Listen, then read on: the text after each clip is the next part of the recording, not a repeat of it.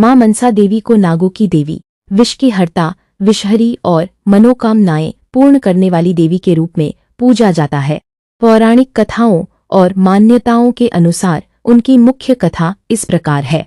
मनसा शब्द का अर्थ है मन से उत्पन्न।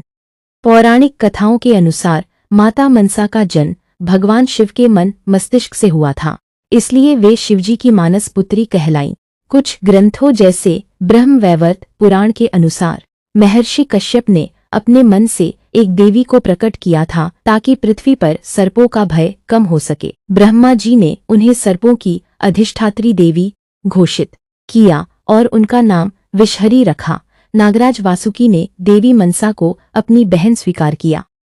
जब पृथ्वी पर सर्पदंश और विष का प्रकोप बढ़ा, तब देवी मनसा ने तपस्या की और भगवान शिव व श्री कृष्ण से दिव्य ज्ञान और शक्तियां प्राप्त की। समय आने पर उनका विवाह महर्षि जरत्कारु के साथ हुआ। विवाह के समय ऋषि ने शर्त रखी थी कि यदि मनसा देवी से कोई भूल होगी तो वे उन्हें छोड़ देंगे। एक दिन संध्या पूजन के समय महर्षि सो रहे थे, पूजा का समय न निकल जाए, इसलिए मनसा देवी ने उन्हें जगा दिया। इससे क्रुद्ध होकर ऋषि उन्हें छोड़कर चले गए। बाद में उनके गर्भ से एक तेजस्वी पुत्र का जन्म हुआ, जिनका नाम आस्तिक रखा गया। महाभारत के अनुसार राजा परीक्षित की मृत्यु तक्षक नाग के काटने से हुई थी।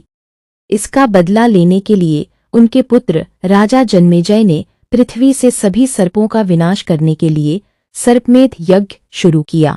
जब तक्षक नाग भस्म होने ही वाला था, तब मनसा देवी के पुत्र महर्षि आस्तिक ने अपने ज्ञान और तपोबल से राजा जन्मेजय को प्रसन्न किया और यज्ञ रुकवाकर पूरे नाग वंश की रक्षा की। इसी कारण नाग पंचमी के दिन मां मनसा और आस्तिक मुनि की विशेष पूजा होती है।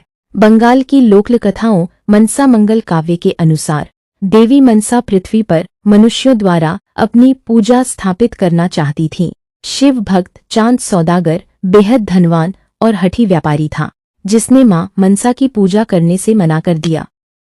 देवी मनसा ने उसे सबक सिखाने के लिए उसके सभी 6 पुत्रों को सर्पदंश से मरवा दिया और उसका व्यापार भी नष्ट कर दिया। जब उसका 7वां पुत्र लखिंदर पैदा हुआ तो विवाह की रात ही उसे भी सांप ने डस लिया। लखिंदर की पत्नी बेहुला एक अत्यंत पतिव्रता स्त्री थी।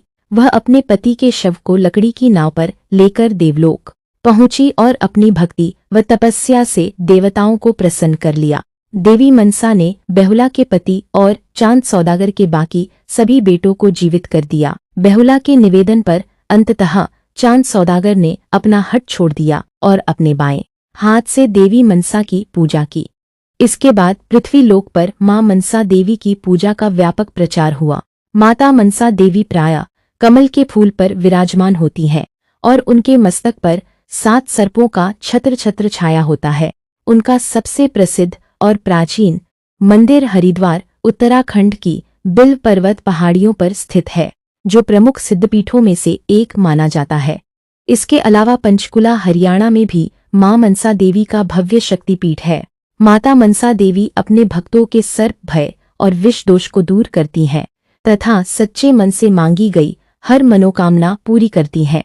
मंदिर परिसर में स्थित एक पवित्र वृक्ष पर श्रद्धालु अपनी मनोकामना मांगते हुए पवित्र धागा मौली बांधते हैं। मान्यता है कि जब मनोकामना पूरी हो जाती है तो भक्त को दोबारा आकर उस धागे को खोलना होता है। हरिद्वार को 3 प्रमुख देवी पीठों का संरक्षण प्राप्त है। बिल्व पर्वत पर मां मनसा देवी, नील पर्वत पर मां चंडी देवी और गंगा तट पर मां माया देवी। इन तीनों मंदिरों के दर्शन के बिना हरिद्वार की यात्रा अधूरी मानी जाती है। मंदिर के गर्भगृह में मां मनसा देवी की 2 मूर्तियां स्थापित हैं। एक मूर्ति 3 मुख और 5 भुजाओं वाली है, जबकि दूसरी मूर्ति अष्टभुजा 8 हाथों वाली है।